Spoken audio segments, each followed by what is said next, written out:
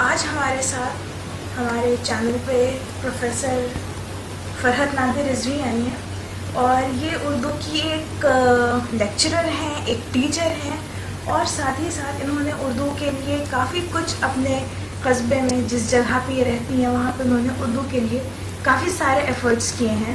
تو آج ہم ان سے ان کے بارے میں پوچھیں گے اور اردو کے بارے میں پوچھیں گے کہ انہوں نے اردو کو کیا دیا اور اردو نے انہیں کیا دیا.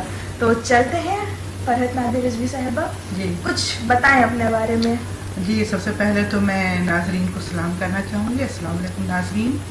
اور ہم اپنے بارے میں بتانے کے بجائے ہمارے لیے بہتر ہے کہ ہم اس کے بارے میں بتائیں کہ جس کی وجہ سے آج میرا وجود ہے، یعنی ہماری پیاری زبان اردو.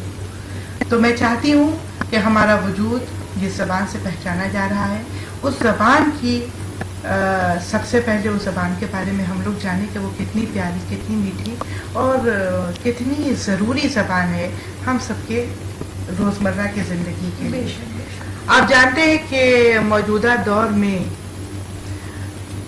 جو چاہے کسی بھی کاروبار میں ہو، کسی بھی پروفیشن میں ہو، کمیونیکیشن اسکل یعنی بات چیت کرنے کا جو طریقہ ہے اس کو بہت زیادہ اہمیت دی جاتی ہے. آپ کہیں بھی جاتے ہیں، کسی سے ملتے ہیں تو پہلا جو امپیکٹ آپ کا پڑتا ہے آپ کی پرسنالٹی کا، آپ کی شخصیت کا، وہ آپ کے لباس اور آپ کے چہرے مہرے کا پڑتا ہے. اور پھر جیسے ہی آپ نے زبان کھولی تو آپ کی اصلیت عوام کے سامنے آتی ہے، لوگ سمجھ جاتے ہیں. اب اگر آپ کی زبان شیریں ہے تو یہ تو بہت پرانی مثل مشہور ہے کہ زبان شیریں ملک کی. تو اگر آپ نے اردو زبان کو اختیار کیا ہے کمیونیکیشن کے لیے، بات چیت کے لیے اور اپنے خیالات کی ترسیل کے لیے، اگر آپ نے اردو زبان کے الفاظ چنے جو کہ بہت ہی میٹھی زبان ہے اور دل میں اتر جانے والی زبان ہے، تو آپ یقین جانیے کہ اگر آپ نے اس زبان کو چنا ہے تو آپ کی بات لوگوں کے دلوں میں اترے گی، لوگ اس کو پسند کریں گے، اختیار کریں گے. اور آپ کا مسئلہ، آپ جس چیز کے لیے اگلے کو کنونس کرنا چاہ رہے ہیں، اپنی رائے سے متفق کرنا چاہ رہے ہیں، آپ کی زبان اگر اچھی ہے، میٹھی ہے، یعنی اردو زبان ہے، تو بہت جلدی آپ کی بات اگلے کے دل میں گھر جائے گی. بے شک. اچھا، یہ تو بھی اردو کے بارے میں بات ہے. اب آپ یہ بتائیں کہ جو آج کل کا پریزنٹ سینیریو ہے، ہم لوگ ویسٹرنائزیشن کی طرف بہت زیادہ ہم لوگ متاثر ہو رہے ہیں اور ہم لوگ سب لوگ ایک بھیڑ ہے جو ایک طرف چلی جا رہی ہے. تو آپ کو کیا لگتا ہے کہ اس میں اردو کہیں خود کو کھوتا ہوا پا رہی ہے یا آپ کو ایسا لگ رہا ہے کہ دوبارہ سے اردو کا ریوائول ہو رہا ہے، اردو واپس آ رہی ہے؟ جی، آپ نے کیا کہنا ہے آپ کو اس کے بارے میں؟ بالکل صحیح کہا.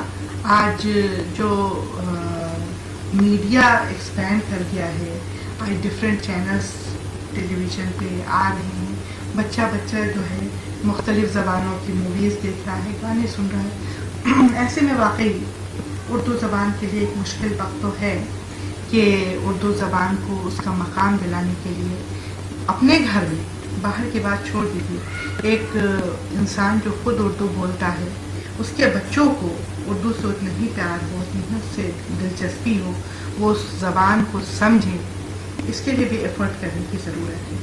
لیکن اگر دو قدم ہم لوگ آگے بڑھ کے دیکھتے ہیں تو جہاں تک ویسٹرنائزیشن کی بات ہے، مغربیت کی بات ہے، آج دنیا جب ترقی کر کے بہت آگے بڑھ چکی ہے تو ہم یہ دیکھ رہے ہیں کہ ہندوستان کے گھرانوں میں بے شک اردو کو سیکنڈری زبان کا درجہ بھی کہیں کہیں حاصل نہیں ہے، لیکن ہم نے یہ دیکھا ہے کہ آج لندن اور امریکہ میں جو ہندوستانی مسلمان خاندان رہ رہے ہیں اور خاص کر کے پاکستانی خاندان رہ رہے ہیں، ان لوگوں کے اندر اپنی زبان سے بے انتہا محبت اور لگاؤ ہے.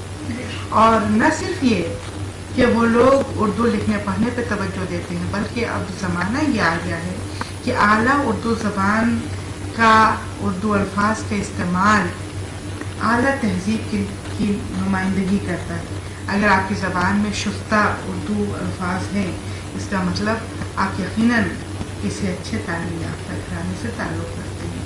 تو لوگ ہندوستان میں بے شک اس کی کمی ہے، لیکن مغربی ممالک میں جہاں ان کی اپنی بین محفل ہوتی ہے، جہاں ان کی اپنی بزم ہوتی ہے، جہاں وہ لوگ یکجا ہوتے ہیں، وہاں وہ جان بوجھ کے ارادتاً اردو الفاظ کا استعمال کرتے ہیں تاکہ ان کو پہچانا جائے، ان کی شخصیت کو سمجھا جائے، ان کے خاندانی پس منظر کو سمجھا جائے. تو یہ ہے ہماری پیاری زبان، اور یقیناً اس کا مستقبل بہت تھا.